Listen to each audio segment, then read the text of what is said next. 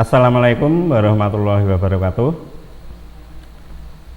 Pada anak-anakku yang saya banggakan, yang saya cintai, peserta masa pengenalan orientasi sekolah. Pada kesempatan ini kita berjumpa lagi pada program cara belajar efektif. Bagaimana kabar anakku semuanya? Mudah-mudahan dalam keadaan sehat dan selalu dalam lindungan Allah Subhanahu wa Ta'ala. Pada program ini kami akan menyampaikan bagaimana nanti pelaksanaan program kegiatan belajar mengajar itu berjalan dengan baik di SMA Muhammadiyah Hubuk. Untuk itu perlu pembekalan, perlu pengenalan bagaimana strategi pembelajaran yang efektif, yang efisien bagi anak-anakku semuanya. Yang pertama ada 15 langkah nanti. Yang pertama adalah apa yang harus dilakukan oleh anak-anakku semuanya. Adalah rasa memiliki terhadap ilmu pengetahuan. Rasakan kebutuhan untuk belajar. Jadi yang pertama adalah kita sudah harus merasakan bahwa ilmu pengetahuan itu adalah menjadi suatu kebutuhan bagi pelajar atau peserta didik. Dengan demikian, maka seperti kebutuhan pokok yang lain, pendidikan nanti akan menjadi suatu keinginan yang harus dipenuhi, yang harus diterima oleh anak-anakku semuanya. Yang kedua, bagaimana keinginan kita nanti menjadikan ilmu pengetahuan itu adalah menyenangkan, dengan menerapkan belajar dimanapun yang kita suka.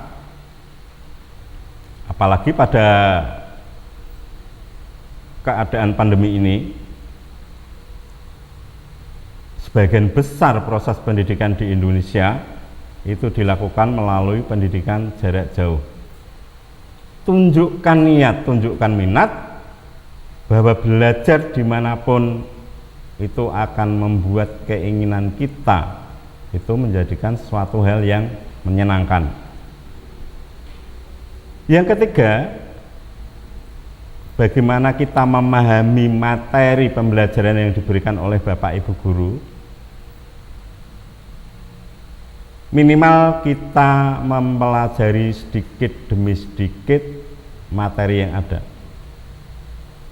Tinggalkan rasa enggan, sehingga materi yang kita baca sedikit demi sedikit nantinya akan menjadi suatu yang menyenangkan, menjadi sesuatu yang lama-lama akan bertambah dan menjadikan ilmu ini adalah sebagai landasan, ya, landasan untuk diingat pada memori kita sehingga menjadikan manfaat, ya, menjadikan manfaat bagi anak-anakku semuanya. Yang keempat, membagi waktu belajar. Beban pembelajaran di SMA Muhammadiyah Hubuk itu adalah dilakukan pada pukul 7 sampai dengan 13.45 apabila dalam keadaan normal. Untuk pembelajaran jarak jauh ini, anak-anakku juga sudah bisa mengatur, memproyeksikan beban pelajaran yang disesuaikan dengan jadwal, mana-mana yang harus didahulukan, mana-mana yang menjadi kewajiban, dan mana-mana yang menjadi tugas tambahan. Itu bisa dikontrol, bisa diatur waktunya sehingga kebutuhan atau tanggung jawab itu tidak menjadi tumbuhan, ya, tidak bertumpuk-tumpuk, sehingga apabila ada tugas tanggung jawab yang diabaikan atau belum dikerjakan pada hari ini, masa keesokan harinya akan menjadi lebih banyak beban yang harus diselesaikan. Nah, ini akan menjadi suatu hal yang tidak efektif. Maka proses beban, proses pembelajaran sesuaikan dengan alur jadwal. Insya Allah ini nanti akan menjadikan tanggung jawab kita menjadi lebih ringan. Pembelajaran efektif yang lainnya adalah seringlah kita berdiskusi dengan orang tua, dengan teman, dengan bapak ibu guru melalui mode daring, bisa menggunakan WhatsApp atau jejaring sosial yang lain. Yang keenam adalah usahakan kita selalu untuk bisa berkonsentrasi. Bagaimana cara membuat kita selalu fokus dan konsentrasi? Niatkan diri kita pada hal-hal yang akan kita laksanakan. Kesampingkan pikiran-pikiran lain yang sekiranya nanti akan mengganggu hal pokok atau hal inti yang akan kita kerjakan pada saat ini. Yang ketujuh, bagaimana kita menerapkan cara belajar efektif? Apabila kita menelaah suatu materi, pahamilah dengan benar. Jangan hanya menghafal. Kita menghafal, tidak memahami, maka sulit kita menjadi fokus. Akan menjadikan sulit kita menelaah materi-materi yang disampaikan oleh Bapak Ibu guru. Yang kedelapan, jangan malu-malu untuk bertanya. Apabila ada suatu poin, suatu indikator, suatu permasalahan pada materi pembelajaran, jangan sungkan, jangan enggan untuk bertanya, baik itu kepada orang tua, kepada teman, rekan sepermainan, rekan sekelas, terlebih pada Bapak Ibu guru selaku pengampu mata pelajaran. Yang kesembilan, jangan enggan-enggan kita untuk terus selalu mencoba melakukan eksperimen meski kita belum berhasil. Ya. Kegagalan itu adalah keberhasilan yang tertunda. Untuk itu, apabila kita mengalami kegagalan, belum paham, belum mencapai nilai maksimal, usahakan untuk selalu terus mencoba. Yang ke-10, tetap kita merasa menyukai terhadap seluruh beban mata pelajaran yang ada. Jadikanlah materi-materi pembelajaran itu adalah suplemen, kebutuhan pokok bagi anak-anakku semuanya. Niscaya nanti apabila kita belum menerima, kita belum memahami, diri kita akan merasa kurang. Itulah ilmu pengetahuan. Ilmu pengetahuan akan merasa berguna, akan merasa bermanfaat, akan merasa diridhoi oleh Allah Subhanahu wa taala apabila kita ikhlas di dalam menerimanya, mempelajarinya. Syukur-syukur kita nanti bisa mengaplikasikan itu ke kehidupan nyata. Yang selanjutnya, bagaimana kita nanti bisa efektif di dalam belajar adalah memanfaatkan fasilitas yang ada.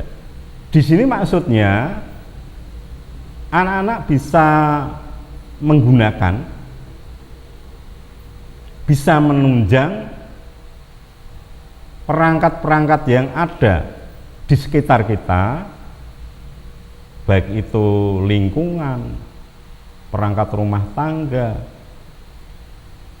kegiatan sosial, sebagai contoh penunjang materi pembelajaran.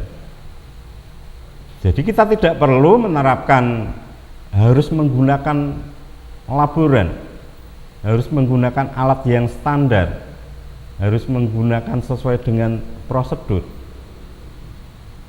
Tidak semuanya materi pembelajaran itu menggunakan penunjang yang ada di laboratorium, tetapi kita bisa memanfaatkan lingkungan kita, interaksi sosial kita untuk menunjang proses pembelajaran. Insya Allah itu nanti akan menjadi lebih efektif dan efisien. Yang selanjutnya, membuat review, ya, review atau peta materi. Jadi ketika anak-anak nanti sudah menerima materi, minimal kita sudah bisa memetakan, ya, sudah bisa memetakan. Kira-kira kita bisa mencari kata-kata sulit, bisa memproyeksikan materi-materi yang sekiranya sulit itu untuk diringkas, dirangkum. Yang selanjutnya itu bisa kita diskusikan, bisa kita tanyakan kepada Bapak Ibu pengampu mata pelajaran. Dengan demikian, hal ini tidak akan menjadikan beban bagi diri kita ketika kita belajar. Ya. Jangan ditunda, jangan ditimbun permasalahan-permasalahan yang sekiranya mengganjal pada proses pembelajaran. Sampaikan, utarakan kepada Bapak Ibu pengampu mata pelajaran. Yang selanjutnya, yang ke-13, tiap-tiap kita membaca materi, tiap-tiap kita mempelajari, menelaah materi, selalu buatlah kesimpulan apa yang telah kita baca, kita pahami, lalu kita simpulkan, sehingga ilmu pengetahuan atau materi yang kita baca tidak mubazir dan kita memahami inti dari apa yang telah kita pelajari. Itu akan menjadikan diri kita menjadi lebih enjoy, menjadi lebih fresh. Kita merasa bahwa kita telah mengerti inti dari apa yang telah kita baca atau kita pelajari. Selanjutnya, materi-materi yang telah kita pelajari, kita baca, kita pahami, dilanjutkan dengan evaluasi. Tiap-tiap materi yang disampaikan oleh Bapak Ibu Guru pasti akan diakhiri dengan evaluasi dan penilaian. Usahakan materi yang telah diberikan ketika ada latihan soal, kita coba, kita uji kemampuan kompetensi kita, apakah kita sudah mampu, kita sudah berhasil di dalam mengkaji seluruh mata pelajaran. Apabila kita berhasil, bersyukur bahwa apa yang kita lakukan menuai hasil yang baik. Tapi apabila kita belum mampu, jangan putus asa. Ulangi, dan selalu diulangi. Lakukan diskusi. Silahkan bertanya apabila memang kita sulit menelaah di dalam menyelesaikan suatu evaluasi. Dan yang terakhir, selalu lakukan ikhtiar. kita berdoa pada Allah Subhanahu wa taala semoga mendapatkan ridhonya apa yang kita lakukan, apa yang kita pelajari, apa yang kita inginkan. Dengan berdoa mudah-mudahan nanti Allah meridhoi dan keinginan anak-anak untuk mendapatkan akhir yang memuaskan itu akan bisa terjadi. Dan yang terakhir, kami ingatkan sekali lagi kepada anak-anakku semuanya, peserta masa pengenalan lingkungan sekolah MPLS untuk tahun pelajaran 2021-2022. Selama pandemi ini, jaga fisik, jaga lingkungan, patuhi protokol kesehatan yang diterapkan oleh pemerintah, yaitu dengan 5M. Yang pertama, memakai masker, mencuci tangan pakai sabun pada air yang mengalir, menjaga jarak, menjauhi kerumunan, dan mengurangi mobilitas atau pergerakan. Mudah-mudahan kita selalu diberi kesehatan, dilindungi oleh Allah Subhanahu wa taala. Semoga apa yang kami sampaikan bermanfaat. Kami akhiri, billahi taufik wal hidayah. Assalamualaikum warahmatullahi wabarakatuh.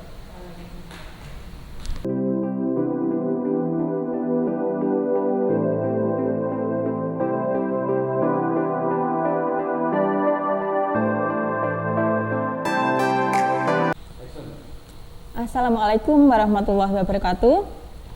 Selamat datang saya ucapkan kepada anak-anakku yang telah bergabung di SMA Muhammadiyah Lubuk yang tercinta ini. Perkenankan terlebih dahulu saya memperkenalkan diri. Nama saya Fatna Aryani. Panggil saja Bu Fatna. Di sini Bu Fatna akan menyampaikan tentang ekstrakurikuler apa saja yang ada di SMA Muhammadiyah Lubuk. Tapi sebelumnya sekedar mengingatkan, karena negara kita sedang mengalami pandemi, maka jaga selalu kesehatan dan selalu terapkan protokol kesehatan. Ingat 5M. M yang pertama yaitu memakai masker, M yang kedua mencuci tangan, yang ketiga menjaga jarak, yang keempat mengurangi mobilitas, dan yang kelima menjauhi kerumunan. Untuk diingat 5M. Selanjutnya saya akan menyampaikan mengenai ekstrakurikuler apa saja yang ada di SMA Muhammadiyah Lubuk ini. Ekstrakurikuler yang ada di SMA Muhammadiyah Lubuk terdiri dari dua, yaitu ekstra wajib dan ekstra pilihan. Ekstra wajibnya terdiri dari pramuka atau Hizbul Waton. Nanti kalian akan dibimbing oleh Bapak Fitri Wahyudi beserta Ibu Trisnawati. Di dalam ekstra pramuka ini nanti kalian akan dilatih kecakapan baris berbaris, tali temali, dan kecakapan yang lainnya. Ekstra wajib yang kedua yaitu seni bela diri tapak suci. Bagi anak-anak kelas 10, ekstra tapak suci ini wajib diikuti. Kelas 10 dan kelas 11. Ya. Ekstra tapak suci ini kalian akan dibimbing oleh Bapak Nur Rohmat Priyanto. Ya, itulah tadi ekstra wajib yang ada di SMA Muhammadiyah Lubuk. Lalu apa saja ekstra pilihan atau ekstrakurikuler pilihan yang ada di SMA Muhammadiyah Lubuk? Kita simak. Ekstrakurikuler yang pertama adalah gamelan. Ekstra gamelan ini menggabungkan antara kesenian tradisional dan kesenian modern yang ada di lingkungan kita. Ekstra gamelan ini juga menggabungkan seni vokal dan seni tari.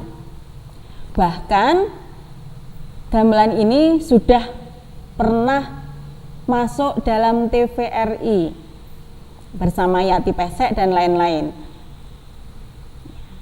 Bagi kalian yang berminat, silahkan gabung saja di bawah asuhan Bapak Harjono, Sarjana Musik, dan Bapak Pujiarto. Kemudian ekstra yang kedua yaitu marching band. Ekstra marching band ini adalah ekstra unggulan di SMA Muhammadiyah Gubuk, di mana ekstra ini dikhususkan bagi kelas 10 dan kelas 11. Ya, jadi penggabungan antara kelas 10 dan kelas 11. Bagi kalian yang berminat, silahkan bergabung dengan Pak Harjono, Sarjana Musik. Ekstra yang selanjutnya yaitu Paskibra.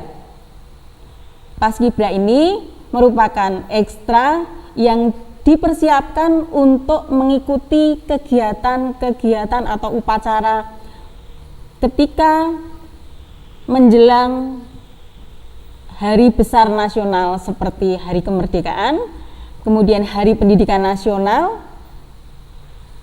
Hari Kesaktian Pancasila, dan lain-lain.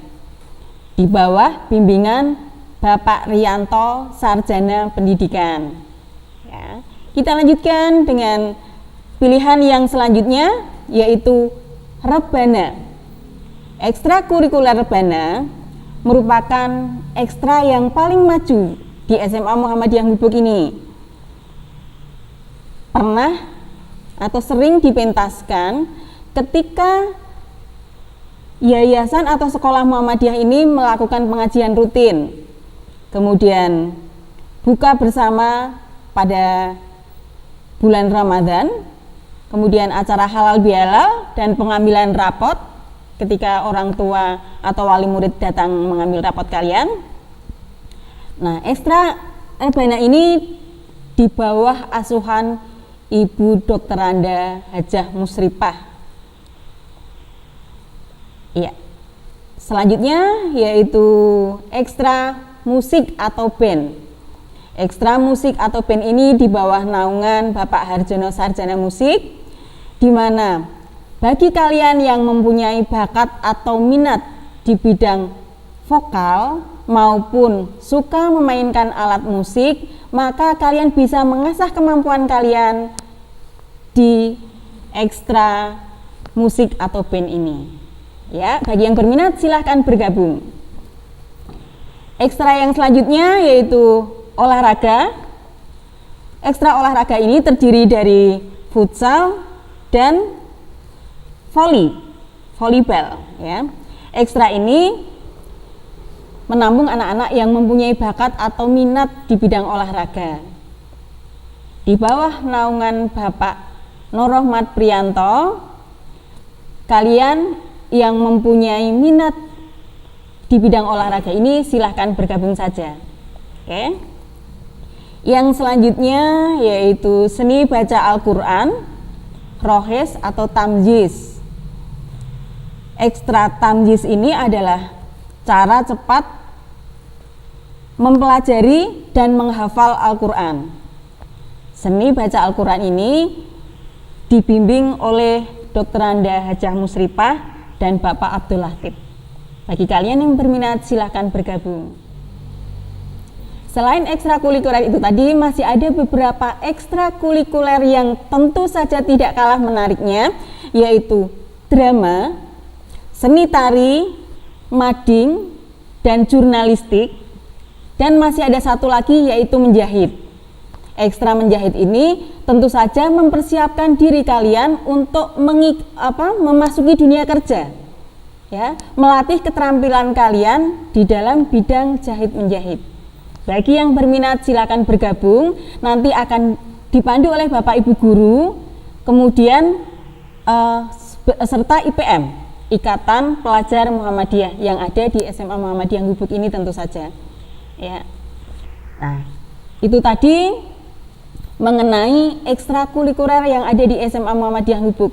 Silahkan kalian kembangkan bakat, minat, serta kemampuan kalian.